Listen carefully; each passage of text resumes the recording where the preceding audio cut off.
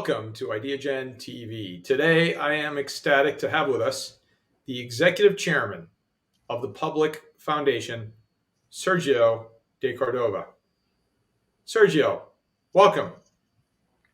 Thank you for having me, George. So happy to be here. You know what, Sergio? Always great to have you at Ideagen in person, virtually. Today, we are talking about the Pvblic Foundation, and I'd like to launch right into this interview by asking you, what are some of your plans? I know there's a litany of plans. Let me just say that. But what are a few of your plans for this new year 2023? Thank you for that, George. For us, Pvblic Foundation, we have been really focused over the last couple of years on building more programmatic partnerships.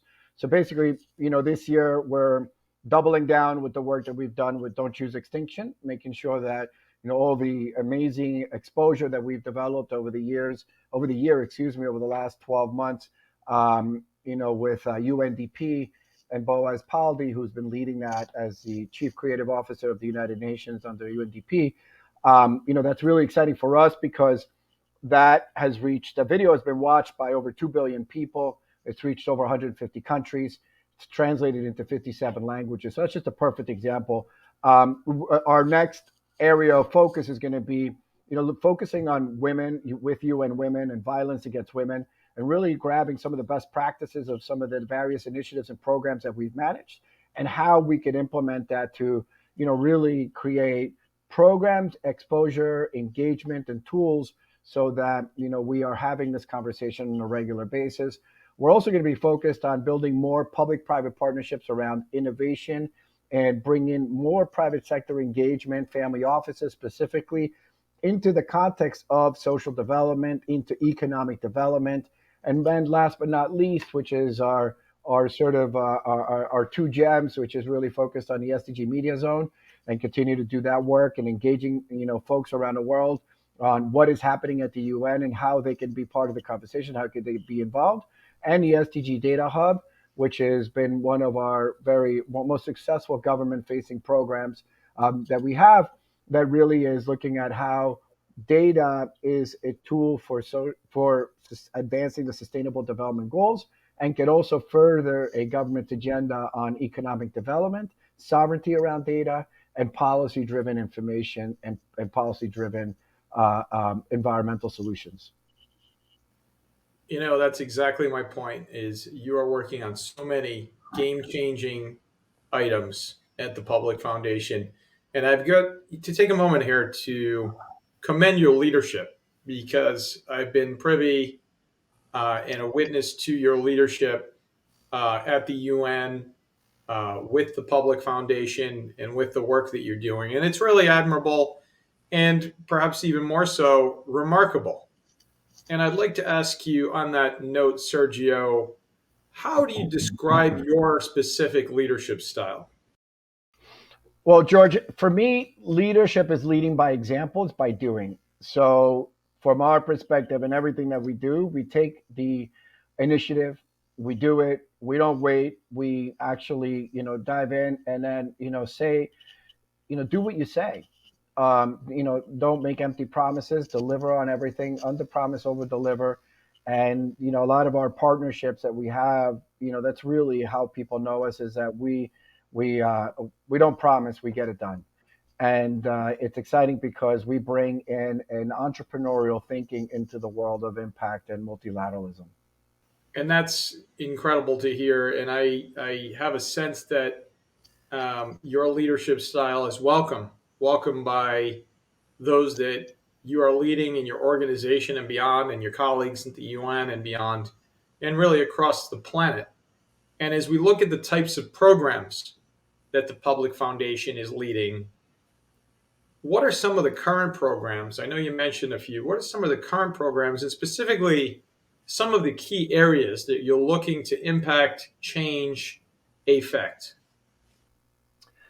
I think that, as I mentioned before, we have a sort of a collection of different initiatives and programs.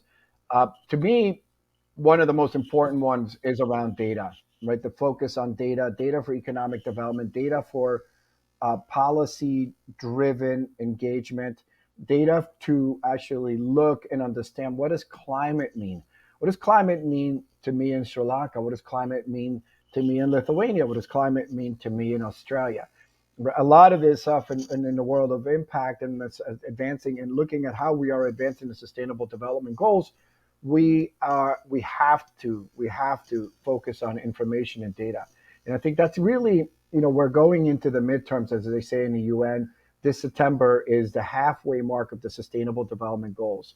And a lot of what we've been focused since the idea of the Sustainable Development Goals, was created all the way across to the implementation in December of 2015. Excuse me, September of 2015, the ratification. From our perspective, it's always been around the data, right? The media tells the story, the technology allows us to bring that information out, but really gathering the data, focusing on that, getting governments and agencies to share that information as well. And to us, that's really going to be one of the most important programs that will really be, as it has been over the last 7 years, and will continue to drive that and help educate governments how they can understand that data, not from a commercial intent, but from a human rights perspective, from a human economic driven perspective, how to make their regions, their countries, their communities smarter, stronger, better, more impactful, more effective. And I love the way you described that. The midterms, midterms in Washington have a different connotation, but the midterms for the global goals is certainly striking in terms of having been ratified by all 193 member states in 2015, in September of 2015, as you mentioned. And here we are, literally at the midway point, 7.5 years from that time. Before we launch into my next question, I wanted to see, how do you feel about the achievement of those goals? Are you optimistic? I think achievement's a strong word. I think we're advancing the conversations, and it's really there's not one shoe, that fits all. There's not one size. I think really what's happening is there's a lot of different ways. We have the private sector, we have the NGOs, you have the intergovernmental organizations, you have national leadership, subnational leadership. So I think that we're at that point where I would dare say, with great excitement, is that everybody is aware that there's a way to do better. Everybody's aware that there's a framework, a mechanism. I look at the SDGs as a framework. A framework. If you want to advance connectivity for all, universal connectivity, hey, there is a roadmap that you could follow. You don't have to reinvent the wheel. And there are folks that are doing it. If you want to work and focus on education, you want to focus on gender equality, or you want to focus on empowering women or reduce violence against women, there are mechanisms that exist. And now there are ways that one can engage. And a lot of what we try to do is make sure that people know that these things exist. So right now, I feel like we've done, the awareness is there. Now we need to get to, so it's kind of like the educate, we've engaged. Now we need to start to activate more folks. And that includes the private sector. That includes the private sector on how they are aware on how to do better. That's right, exactly. And so, going back to the Public Foundation, what do you see as the main strengths, the impact component of the Public Foundation, and how do you leverage that then to help achieve or move toward that goal of alignment with the global goals? So public, what we bring to the table is really our program, our multi-stakeholder sort of platform, if you will, where our currencies are media, data, and technology. Historically, since 10 years ago, when we launched the foundation, really, my idea was there's not enough money to solve every problem, but there's enough media, data, and technology to educate everybody on how they can help solve every problem, how they can be part of the conversation. So from our perspective, we kind of bring the sort of set of ingredients and a public-private mentality and a desire to really, really push the goals, the Sustainable Development Goal agenda forward as quickly as possible with a multi-stakeholder approach. right? Meaning that it can't just be private sector, it can't just be government, it can't just be civil society, it can't just be NGOs. We need all the different stakeholders at the table. So not only do we have accountability, but also we have the ability to get it done because we're bringing the different ingredients that are needed. And that is the most important part. And when I see some of the value propositions that we bring, whether when we were helping advance conversations with the Obama administration all the way across to here with the sustainable development goals, it was always our ability to kind of set the multi-stakeholder program so that the execution was the focus, and getting and advancing the measurement, the telling the story, and bringing all these different tools that normally would not be accessible to the world of impact or to the world of the NGO community or government for that matter. Well, from that perspective, again, I go back to lead by example, right? As an entrepreneur, I don't know any other way than just to do it, right? Just to figure out, not think, do it, and then think. Because if by doing, a lot of people will look at us and say, "How did you guys get this far?" Well, we didn't get by having think tanks around the conversation. We did it by doing, by taking a step and another step, and then realizing who else we needed to bring to the table, how else we needed to drive the conversation forward, and then how we were going to get to that final um, end goal, if you will, right? What was a desired outcome? Work backwards and forwards, and really start to bring in. And again, it's not about us. We are a sum of all the pieces. We are not a foundation that says, "Hey, this is what we bring, and this is what we must do." I think what really makes the work that we do in our leadership style so unique is that we lead from a we, not me, and from our perspective, we're really more invisible than we are visible, and we like to remain that way so that we could give the ability to all the different partners to really have an opportunity to showcase what they're doing. That makes total sense. And so I'd like to shift a bit on the same thematic of leadership as part of this Global Leadership Summit. Sergio, who are some of those leaders? Who are some of those leaders that have impacted you, that you've looked up to, that really you seek to model to help change the world? You know, I've been asked this question so many times, and I can't say I have a straight answer ever. Um, I'm like looking up in the air because I'm trying to figure out what was that, who are these leaders, and to think, I think most of it is how I grew up, the father figures that I had around me, the people that taught me to not sit in the back of the classroom, to lead, to not be quiet, to be vocal, to be active, to be a leader in community. And every time, I feel like my personal journey has been made up of a lot of leaders who have given me ingredients that have led me to continue to evolve and grow. I can't say that there is one specific person. I think that there's many pieces that I admire of different people, of different leaders.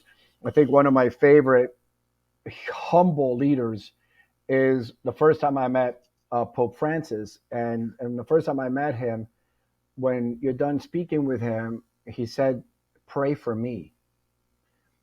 And just that level of humility really balances you out when you realize that here's a guy that the whole world is looking up to, and everybody's asking him for something, but nobody is actually bringing something to the table. And he says, "Pray for me."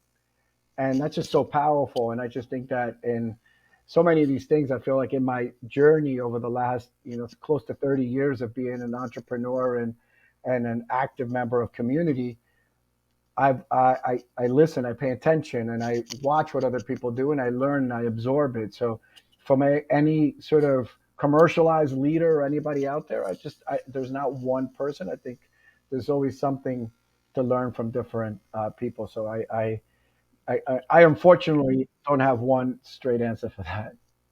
Well, that's a very authentic answer to a very profound question, I think. And so, shifting toward the tail end here of our interview to youth, the youth of the world are critical. They are the future.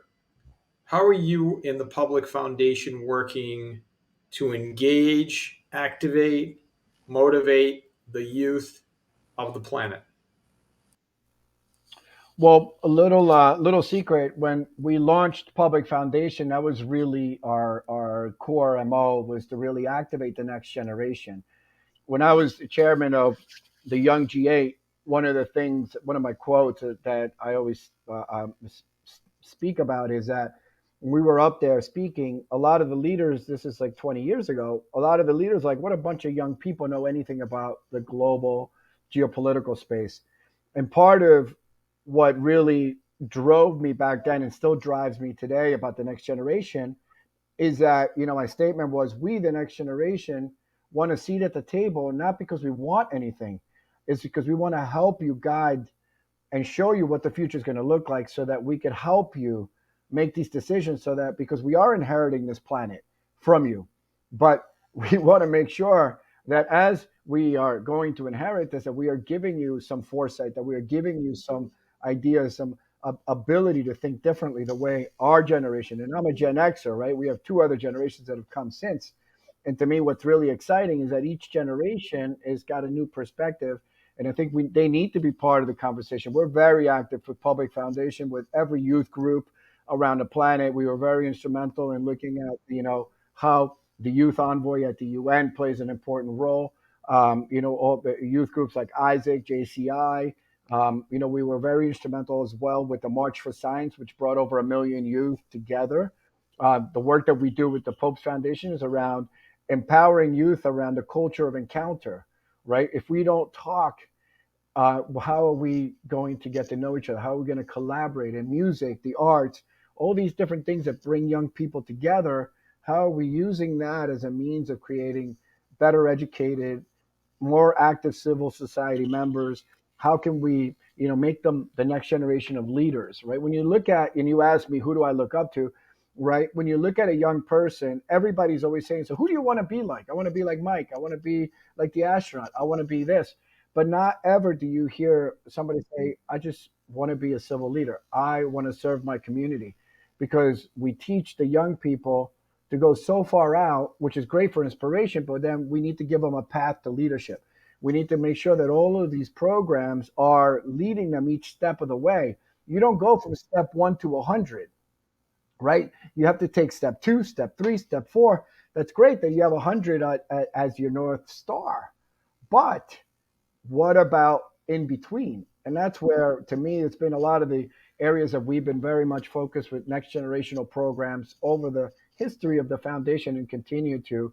March for Science is one of the platforms that we're now bringing in as a fiduciary.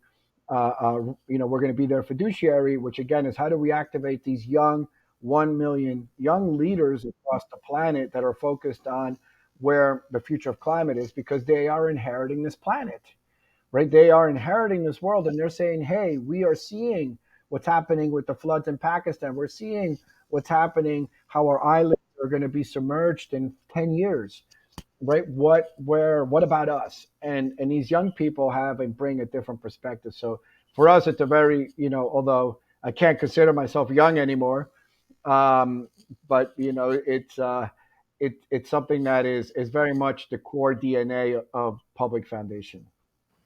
Sergio de Cordova, Executive Chairman of the Public Foundation, what is your call to action for the Ideagen global audience?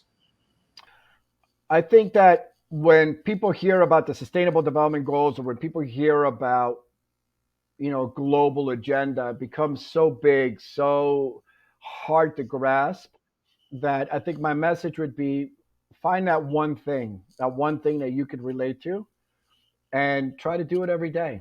Even if it's just be kind to somebody, say good morning, say thank you, just, inspire somebody, or, help pick up garbage, or whatever that is, little things that we could all do. I think if everybody did just one thing, we would transform our world. And I think everybody has the ability to do something. Help thy neighbor, all the way across to just, be, support your school, help your church, whatever it is that you're into. There's always something that you could do, just to be, a good active participant in your community. And that in itself is advancing the Sustainable Development Goals. And Sergio, what is a way folks across the planet can learn more about you and your work at the Public Foundation? I guess just through public pvblic.com, our foundation website, and some of our work. SDG.org is our data alliance, and that's we have that domain to make sure that there's only one domain to learn about the Sustainable Development Goals when it comes to data, and then we'll be growing that domain out to have more information. But I guess that's just two things that easy to remember. Sergio de Cordova, Executive Chairman, the Public Foundation. Honored to have this interview with you today. Thank you for all you're doing to literally change the world. Thank you, George. Thank you so much for having me. Thank you and the team at Ideagen. You guys are all amazing, and I am honored as well to be here and to have this space. Epic.